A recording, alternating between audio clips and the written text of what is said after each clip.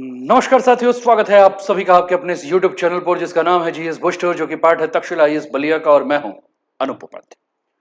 साथियों, भारत नेपाल संबंधों में एक बार फिर हिमालयी भू राजनीति की ठंडी बर्फ के नीचे गर्म तनाव महसूस किया जा रहा है। भारतीय विदेश सचिव विक्रम मिस्री का प्रस्तावित काठमांडू दौरा अचानक स्थगित होना सिर्फ एक डिप्लोमेटिक बदलाव नहीं माना जा रहा है, बल्कि इसके पीछे नेपाल की बदलती राजनीतिक सोच, बालेन शाह की आक्रामक राष्ट्रवादी शैली और लिपू लेक काला पानी विवाद की पुरानी आग को फिर से हवा मिलने के संकेत दिखाई दे रहे हैं। दिलचस्प बात यह है कि यह पूरा घटनाक्रम ऐसे समय में सामने आया है जब भारत और चीन ने वर्षों बाद कैलाश मानसरोवर यात्रा को पुनः शुरू करने का फैसला लिया है। नेपाल का आरोप है कि जिस लिपुलेख मार्ग से यात्रा संचालित होगी वह विवादित है और नेपाल की संप्रभुता से जुड़ा प्रश्न है। अब मामला केवल एक राजनयिक यात्रा के टलने तक सीमित नहीं रह गया है। यह सवाल उठ रहा है कि क्या नेपाल अपनी नई राष्ट्रवादी राजनीति के जरिए भारत को संदेश देना चाहता है? क्या चीन की बढ़ती मौजूदगी हिमालय क्षेत्र के शक्ति संतुलन को बदल रही है? और सबसे बड़ा प्रश्न, क्या भारत नेपाल संबंध एक नए भू राजनीतिक मोड़ की ओर बढ़ रहा है? आज के इस विशेष विश्लेषण में हम समझेंगे लिपुलेख काला पानी विवाद की पूरी पृष्ठभूमि, बालेन शाह और नेपाली राजनीति का नया राष्ट्रवादी उभार, कैलाश मानसरोवर रूट पर नेपाल को आपत्ति क्यों है, और भारत चीन नेपाल त्रिकोण की रणनीतिक राजनीति और हिमालय में बदलते जियोपॉलिटिक्स इक्वेशन का बड़ा असर। साथियों, वीडियो थोड़ा लंबा हो सकता है, लेकिन आज हम उन सारे मुद्दों का आपके साथ रखेंगे। नेपाल से देखने वाले सारे व्यूअर्स को मैं यही कहूंगा कि आप पहले पूरे वीडियो को ध्यान से देखिए, उसके बाद आप कमेंट कीजिए। वीडियो को अंत तक जरूर देखिएगा, फिर कमेंट कीजिएगा। तो चलिए शुरुआत करते हैं आज के सेशन का, लेकिन उसके पहले अभी तक चैनल को सब्सक्राइब नहीं किया तो सब्सक्राइब कर दीजिए, बेल आइकन नहीं दबाया तो बेल आइकन दबा दीजिए, शेयर नहीं किया तो शेयर कर दीजिए और लाइक नहीं किया तो लाइक कर दीजिए। चलिए शुरुआत करते हैं आज के सेशन। विक्रम मिस्री का नेपाल दौरा रद्द, बालेन शाह ने मिलने से किया इंकार। लिपुलेख हमारा है, ऐसा नेपाल की संसद में सारे सांसदों ने जो है वह मांग उठाई और बालेन शाह के ऊपर दबाव बनाया हुआ है कि भारत सरकार से जो है इस मुद्दे पर वो बात करे।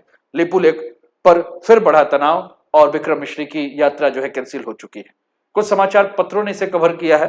हम नेपाल के ही दो समाचार पत्र को लेकर आते हैं। पहला समाचार पत्र लिखता है, इंडियन फॉरेन सेक्रेटरी विक्रम मिश्री Nepal visit cancel at the last moment.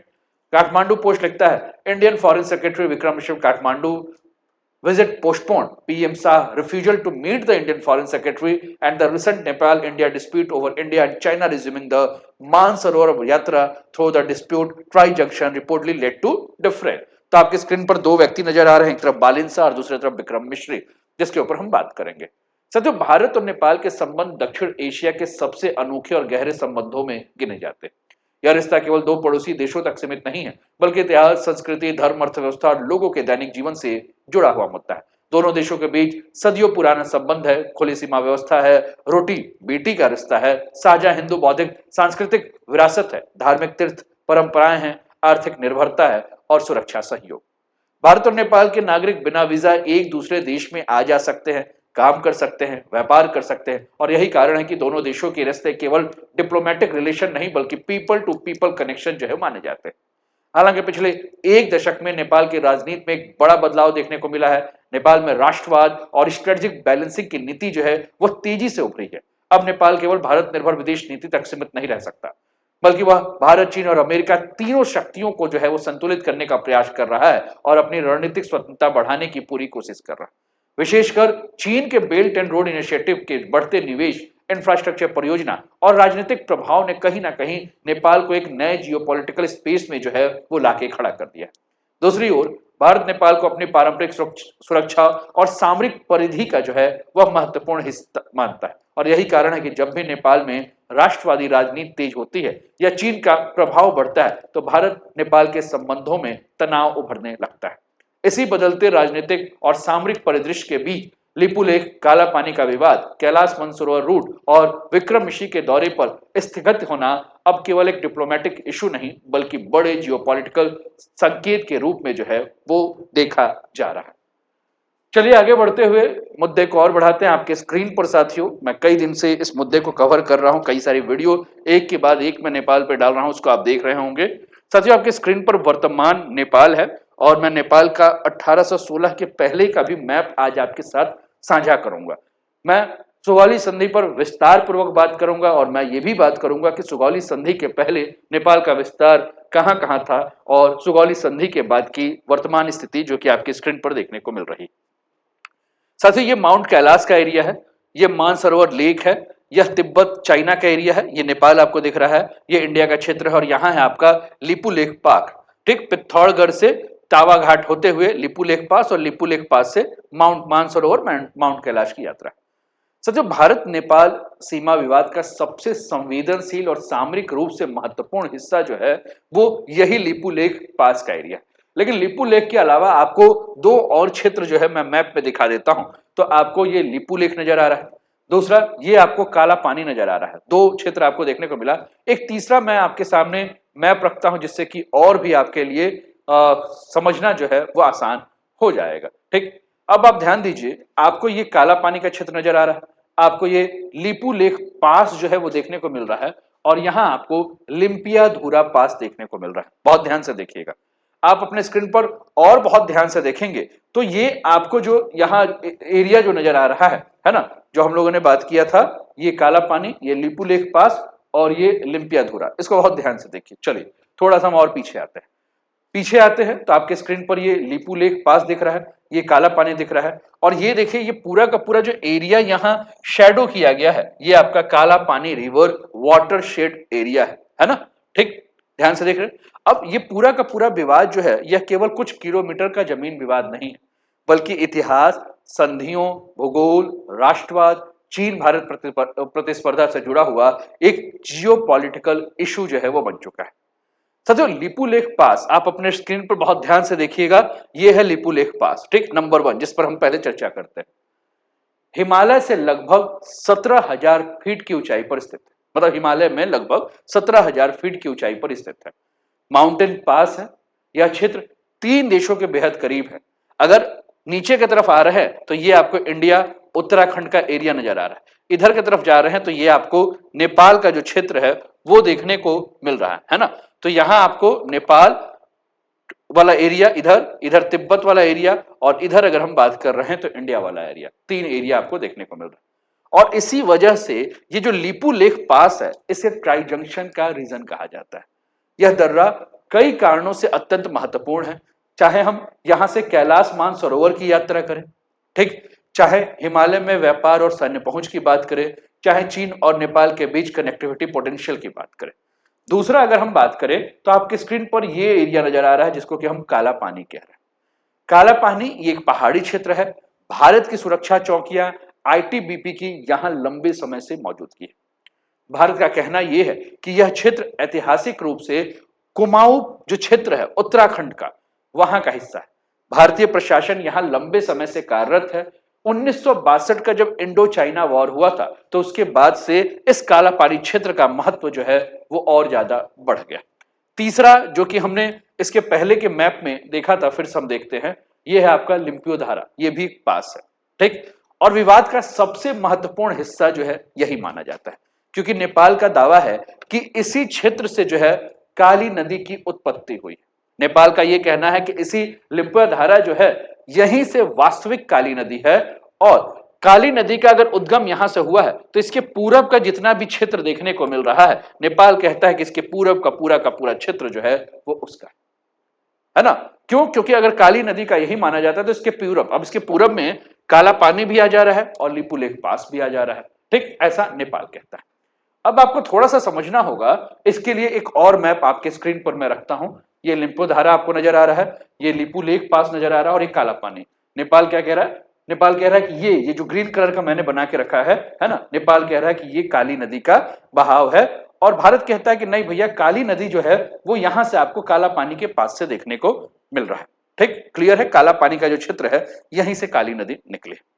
अब साथियों, ये विवाद का जो पूरा का पूरा जड़, ये आपके स्क्रीन पर जो मैप दिख रहा है साथियों, ये अल्मोड़ा डिस्ट्रिक्ट का है। 1965 से 69, 71 से 77। ठीक, ये सर्वे ऑफ इंडिया के द्वारा जारी हुआ मैप है। चलिए एक और मैप आप अपनी स्क्रीन पर बहुत ध्यान से देखिए और इस मैप को ध्यान से देखेंगे तो आपको मैं बता दूं कि 1816 की अगर हम बात कर रहे हैं, ये एरिया देखिए। ठीक, और फिर ये शेडेड एरिया आप देखिए। ठीक, 1816 के पहले की अगर हम बात कर रहे हैं, है ना, यानी कि ट्रिटी ऑफ सुगौली हुई थी, सुगौली की जो संधि हुई थी, एंग्लो नेपाल युद्ध, उसके पहले की स्थिति। साथियों 1814 से लेकर 1816 में एंग्लो नेपाल वॉर हुआ था। ईस्ट इंडिया कंपनी और नेपाल के बीच में यह वॉर हुआ था और उसके बाद यह संधि हुई। और इस संधि में पहली बार आधुनिक भारत, जो वर्तमान का भारत है और वर्तमान का जो नेपाल है, उसकी सीमा तय हुई थी। संधि के अनुसार यह बात हुई थी कि काली नदी के पश्चिम का जो क्षेत्र होगा, ठीक है ना, काली नदी जो है वो नेपाल की पश्चिमी सीमा होगी, यानी कि काली नदी के पश्चिम का जो क्षेत्र होगा वो भारत का होगा। और यहीं से पूरा का पूरा विवाद जो है वो शुरू हुआ। अब 19वीं सदी की शुरुआत में हिमालय की पहाड़ियों में एक नई शक्ति तेजी से उभर रही थी और वो शक्ति का नाम था गोरखा साम्राज्य। नेपाल के गोरखा शासकों का सपना था कि एक विशाल हिमालयी राज्य जो है वो बनाया जाए। धीरे धीरे उन्होंने अपना प्रभाव फैलाना शुरू किया और प्रभाव फैलाते फैलाते कहां तक गए, तो प्रभाव फैलाते हुए ये कुमायूं का क्षेत्र दिख रहा है, ये गढ़वाल का क्षेत्र दिख रहा है और ये सिक्किम का क्षेत्र दिख रहा है। यानी कि जो गोरखा राजा थे उन्होंने अपना प्रभाव गढ़वाल, कुमायूं और यहां सिक्किम तक जो है वो फैला लिया। इसके अलावा तराई के जो मैदान वाले क्षेत्र आपको यहां नजर आ रहे हैं, इस क्षेत्र में भी इनका प्रभाव फैल गया। उस समय भारत पर ईस्ट इंडिया कंपनी शासन कर रही थी। अंग्रेजों को यह महसूस होने लगा कि नेपाल अपनी ताकत बढ़ा रहा है और इससे ईस्ट इंडिया कंपनी के साम्राज्य को खतरा हो सकता है और यहीं से जो है वह टकराव की शुरुआत हुई। 1814 से 1816, जो कि मैंने एंगो नेपाल युद्ध के बारे में बात किया, है ना, पहाड़, बर्फ, खतरनाक रास्ते और आमने सामने दो शक्तियां थीं। एक तरफ था गोरखा सैनिक की शक्ति और दूसरी तरफ जो कि गोरखा सैनिक के बारे में अगर हम बात करें तो उनकी बहादुरी जो है वो पूरे हिमालय में मशहूर थी। दूसरी तरफ ब्रिटिश ईस्ट इंडिया कंपनी, जिसके पास आधुनिक हथियार था, विशाल संसाधन था। युद्ध आसान नहीं था। नेपाल ने पहाड़ों में अगर हम बात करें तो अंग्रेजों को बहुत ही कड़ी चुनौती दी, लेकिन धीरे धीरे अंग्रेजों की सैन्य शक्ति भारी पड़ने लगी और आखिरकार नेपाल को शांति समझौते के लिए मजबूर होना पड़ा। ठीक, और ये जो शांति समझौता हुआ वो समझौता हुआ 4 मार्च 1816, जिसको कि हम सुगौली की संधि कहते हैं। और ये सुगौली की संधि भी जो हुई वह बिहार के चंपारण के एक छोटे से गांव जिसका नाम सुगौली है वहां हुआ, जिसे उस गांव के नाम पर ही सुगौली की संधि के नाम से इसको जाना जाता। और ये वो दस्तावेज था जिसने आधुनिक भारत और नेपाल की जो सीमा की नींव रखी। अब इस संधि के बाद नेपाल को जो है अपने कई बड़े बड़े क्षेत्रों को अंग्रेजों को देने पड़े, जैसे कि ये कुमायूं का क्षेत्र जो है नेपाल ने अंग्रेजों को दिया, ये गढ़वाल का क्षेत्र जो है वह नेपाल ने अंग्रेजों को दिया, यह सिक्किम का जो क्षेत्र है यह नेपाल ने अंग्रेजों को दिया और साथ में नीचे का जो तराई का क्षेत्र दिख रहा है यह भी नेपाल ने जो है वह अंग्रेजों को दिया। ठीक, यानी कि आज के हिसाब से बात करें तो उत्तराखंड, हिमाचल प्रदेश, पश्चिम बंगाल का हिस्सा नेपाल के विशाल विस्तार जो था वो यहां से अब सिमटकर वर्तमान नेपाल तक आ चुका है। लेकिन असली कहानी एक नदी से शुरू होती है और संधि में एक लाइन लिखी गई है, काली नदी नेपाल की पश्चिमी सीमा होगी। और सिर्फ एक वाक्य जो है यही 200 साल से विवाद का जड़ बना हुआ है। 1816 से लेकर 210 साल हो चुके हैं 2026 तक। समस्या ये थी कि आखिर काली नदी शुरू कहां से हो रही, और यहीं से पैदा हुआ आधुनिक विवाद, जिसमें हमने अभी भी थोड़ी देर पहले चर्चा किया कि नेपाल कहता है कि काली नदी की असली शुरुआत लिम्पियाधुरा से हुई, जो कि मैं इस मैप पे आपको दिखा रहा था। ठीक, तो यहां से हुई, तो उस हिसाब से लिपुलेख, काला पानी और लिम्पियाधुरा नेपाल कहता है कि हमारे हिस्से में होना चाहिए। लेकिन भारत कह रहा है कि नदी की शुरुआत जो है वह काला पानी के पास से जो है मानी जानी चाहिए। और इसी अलग व्याख्या ने जो है वो लिपुलेख विवाद, काला पानी विवाद और लिम्पियाधुरा का विवाद शुरू किया, जो है इसकी शुरुआत हुई। अंग्रेजों का प्रभाव साथियों नेपाल में बढ़ गया। संधि के बाद नेपाल को काठमांडू में ब्रिटिश प्रतिनिधि जो है वो स्वीकार करना पड़ा और अब नेपाल पूरी तरह से स्वतंत्र तो था, लेकिन अंग्रेजी प्रभाव नेपाल में तेजी से बढ़ने लगा। फिर भी नेपाल पूरी तरह से गुलाम नहीं बना। यह संधि नेपाल के लिए हार थी, लेकिन एक बड़ी बात यह हुई कि अंग्रेजों ने नेपाल को पूरी तरह से अपने साम्राज्य में शामिल नहीं किया। नेपाल अपनी अलग पहचान और स्वतंत्र राज्य के रूप में बना रहा और आज भी यह संधि बहुत ज्यादा महत्वपूर्ण है, क्योंकि 1816 में लिखी गई वह सीमा आज तय करती है कि भारत और नेपाल के संबंध कैसे होंगे, हिमालय की रणनीति कैसी होगी, चीन के साथ संतुलन कैसे होगा, कैलाश मानसरोवर का मार्ग कैसे होगा, काला पानी और लिपुलेख विवाद क्या है, और आज भी नेपाल अपने दावेदारी के लिए इस संधि का हवाला देता है। ठीक, तो उम्मीद करता हूं कि मेरी बातें आपको समझ में आ रही है। अगर वर्तमान में अगर हम बात करें साथियों, तो जिस काला पानी के बारे में हम बात कर रहे हैं, यह काला पानी क्षेत्र उत्तराखंड के पिथौरागढ़ जिले में देखने को मिलता है। ठीक, भारत कहता है कि हमारे पास ब्रिटिश प्रशासनिक सारे के सारे रिकॉर्ड हैं, हमारे पास पुराने नक्शे हैं, लंबे समय से वहां भारतीय प्रशासन रहा है, सुरक्षा बलों की मौजूदगी रही है, और ये सब दावे जो हैं भारत को जो है वो मजबूत करते हैं।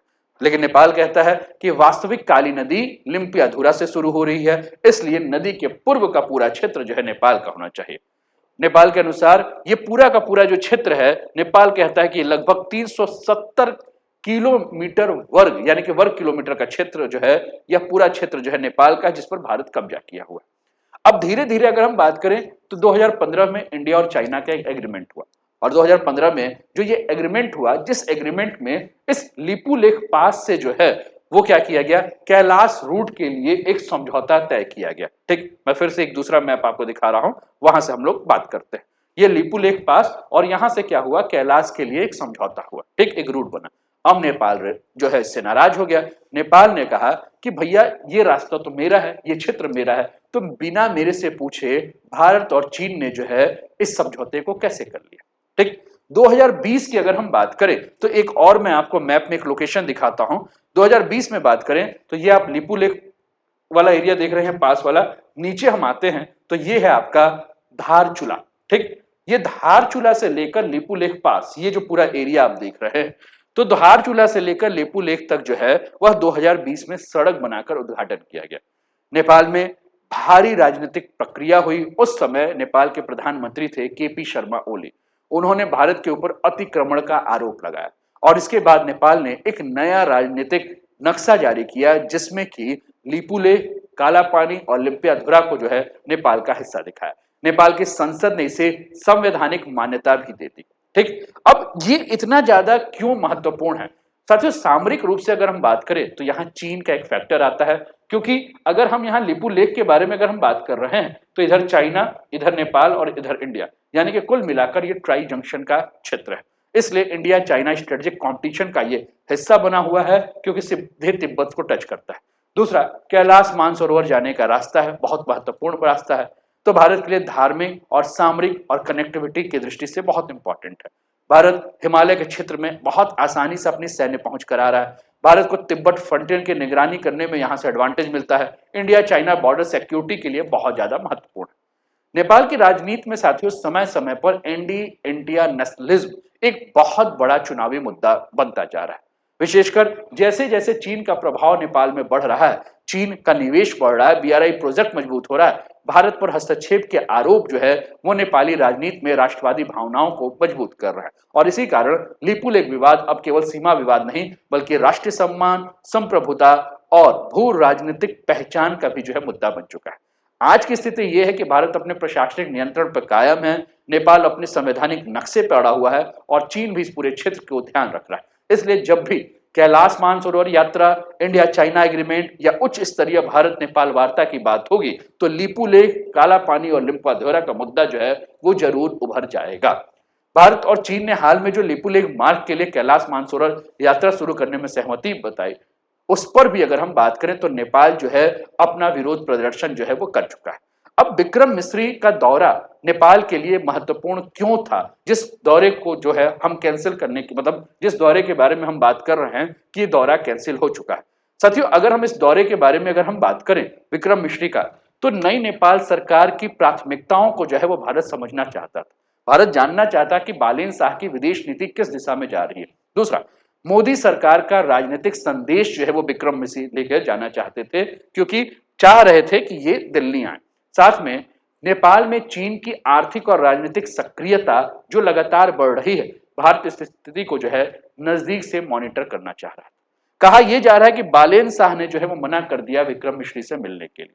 ठीक, कुछ अधिकारियों ने संकेत दिया कि बालेन शाह विदेशी दूतों से व्यक्तिगत मुलाकात करने से बच रहे हैं, केवल राष्ट्राध्यक्ष, प्रधानमंत्री और विदेश मंत्री से सीधे संवाद करना चाहते। और यदि यह सही बात है तो नेपाल की पारंपरिक कूटनीति से एक नई अलग शैली है और इससे पहले भी उन्होंने अमेरिका के अधिकारियों से भी मुलाकात नहीं किया था।